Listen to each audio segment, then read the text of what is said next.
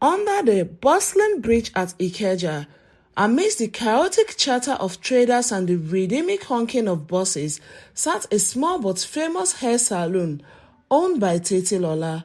Her salon was unlike any other, not just because of her remarkable speed in braiding hair, but because of one strict rule: no mirrors were allowed. Customers who visited had to submit their bags for inspection at the entrance. Phones, compact mirrors, and anything with a reflective surface were strictly banned. Many found it strange, but they obeyed because Títílọlá's talent was unmatched. A hairstyle that would take an entire day elsewhere took less than an hour in her salon. Her hands worked like magic. So fast, so precise, so effortless. But no one, absolutely no one, dared to question how she managed to make hair so fast. Títílọlá had not always been this skilled.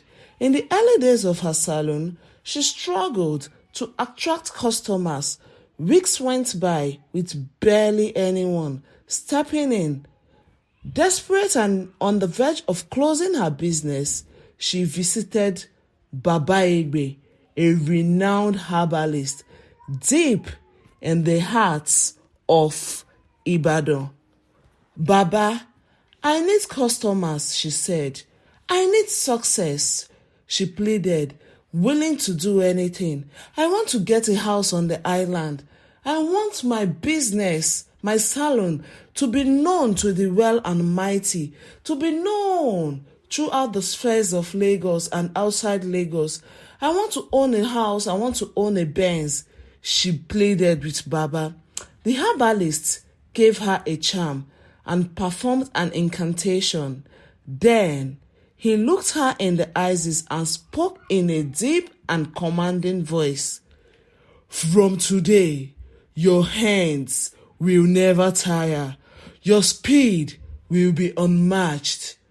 But remember, do not allow a mirror in your shop.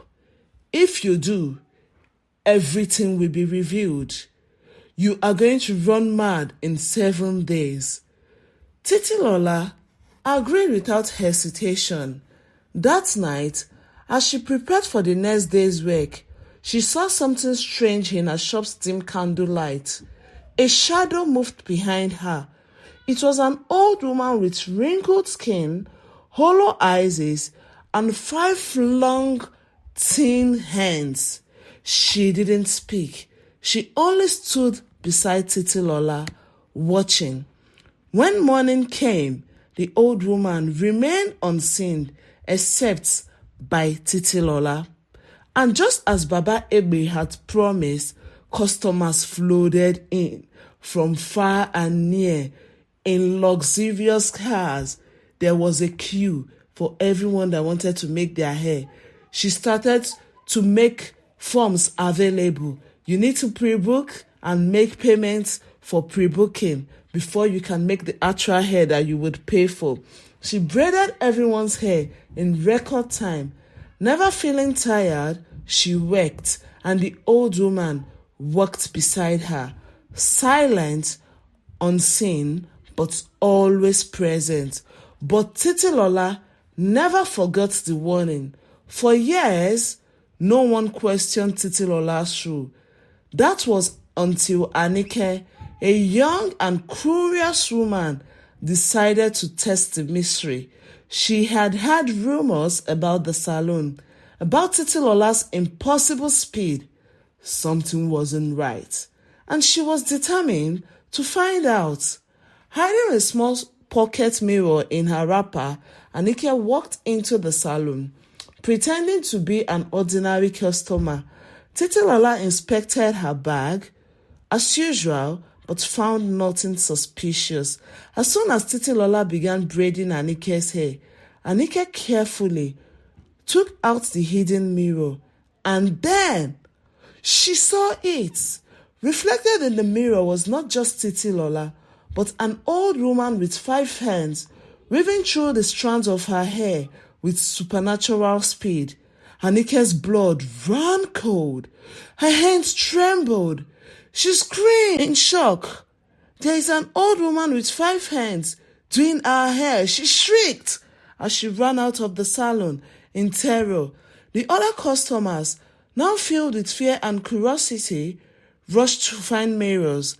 One by one, they held up their phones, compact mirrors, even the reflection from their sunglasses. And there she was, the spirit, the old woman, the 5 hands. Women screamed, chairs fell over, and the salon emptied in seconds as everyone scrambled into the streets, spreading the horror. By nightfall, the news had spread beyond Ikeja and throughout Lagos. People brought mirrors and stood outside Títílọlá's shop, watching in terror as the reflections revealed the spectral figure.